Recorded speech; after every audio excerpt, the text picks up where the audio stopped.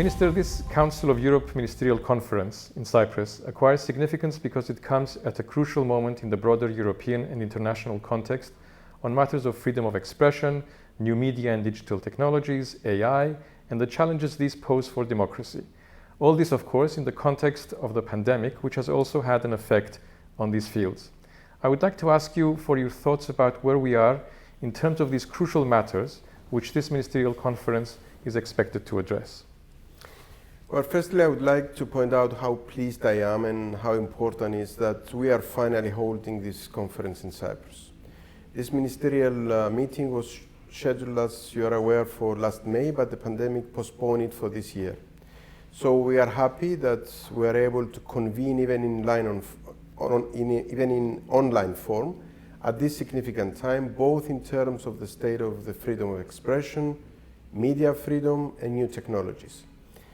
In that context, I must extend a warm welcome to my colleagues from all the member states of the Council of Europe, from the observer and states to the Council of Europe, our friends and co-organizers from the Council of Europe, and all the experts and speakers that will be joining us.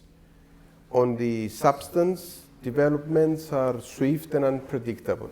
I think I speak on behalf of my colleagues when I say that the conference is an opportunity to reaffirm the significance of freedom of expression, media freedom, but also to recognize the impact of new technologies, including artificial intelligence, on the media, on the way journalists operate and are treated, and inevitably on citizens.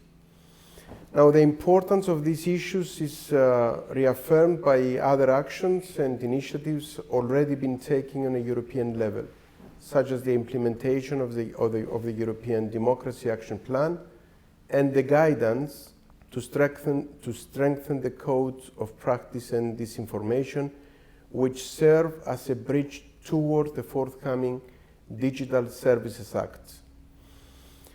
Our sessions will allow us to discuss all the relevant issues and concerns, consider the threats and the opportunities, and the way to safeguard rights and freedoms. Okay. How concerned are you about the threat to freedom of expression and democracy, given that the state of the media today is rather nebulous? And I mean the paradox of media overload on the one hand, but also the pressure on media pluralism and the rapid advancement of digital platforms and, of course, artificial intelligence.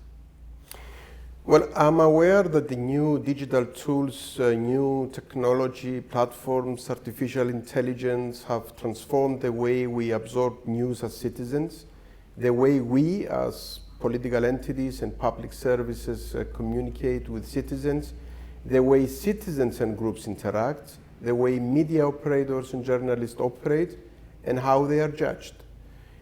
Ultimately, of course, the way all of this affects elections and democratic norms. Furthermore, we need to remain vigilant and establish the coherent approach to counter disinformation, especially in challenging times as the ones we live in now. In this sense, we are all deeply concerned because along the way we have an absolute obligation to stay on track with everything that is enshrined in the European conventions. Particularly on the right and the capacity to exercise freedom of expression and not allow the pace of change derail our commitment for the interest of the citizens, the media of freedom and democracy. So in conclusion, what are you hoping that the conference will be able to achieve? We will have 4 key sessions, and we shall adopt resolutions on each one and outline actions that would need to be taken. One is freedom of expression and digital technologies. The second is on the changing environment in the media and the field of information.